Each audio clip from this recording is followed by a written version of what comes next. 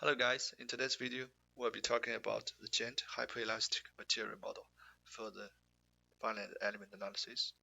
We use WELSIM 1.9 for this demonstration. Let's create a new project, then find out the material button on the toolbar. We click, we have a new material object generated on the tree. So in the editing mode, we click Build tab and find out the hyperelastic in the toolbox.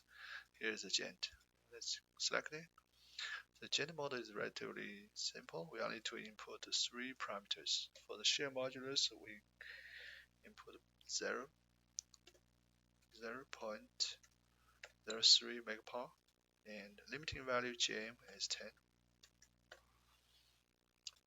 And compressibility parameter D1, give it 1 megapar. That's it. Let's rename it Gent. Okay, and now let's import a geometry.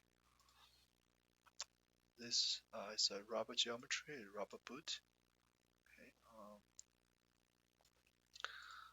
Now, very important step, we need to assign the Gent material to this geometry body. Okay, so keep the meshing setting default and just mesh.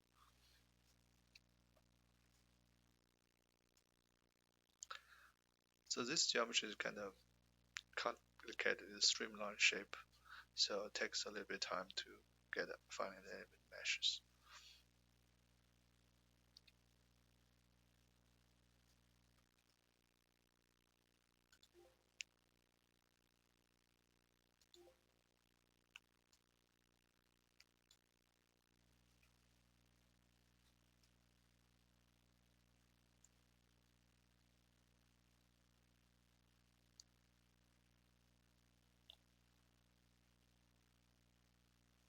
Okay, now the meshing is completed. Now we generate totally 36,000 something nodes and 100 almost 20,000 elements. So it's kind of big model. Okay, let's impose boundary condition. We impose a constraint on the bottom and impose a displacement.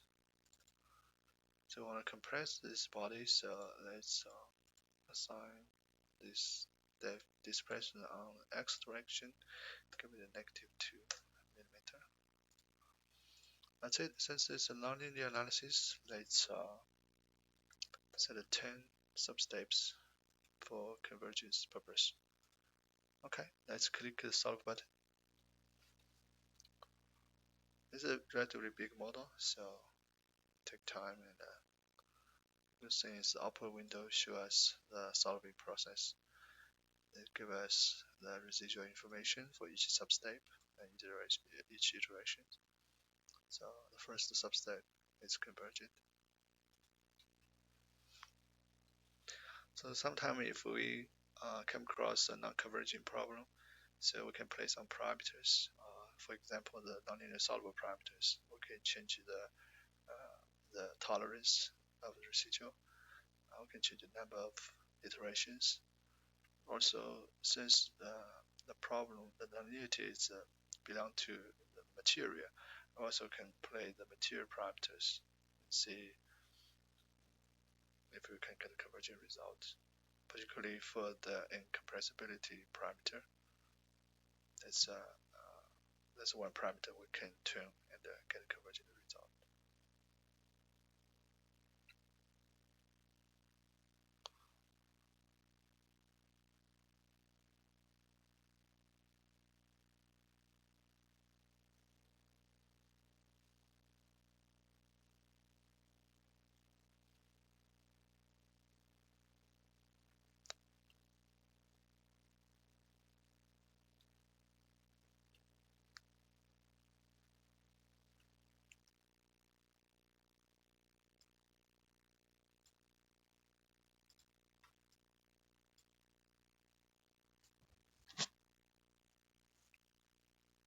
Okay, so step number 9.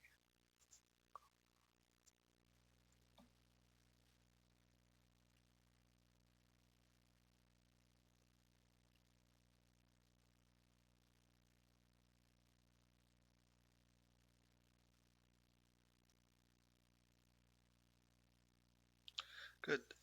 Takes about 2 minutes to get to the solve complete. That's good thing. Sometimes for the nonlinear problem, we cannot even get this converging the solution. Let's add a stress and take a look. Stress at the final step. So one misses the stress. Double clicked and value to this result. So we can see this stress distribution. Then if we want to see the deformation of the shape, it compress a lot.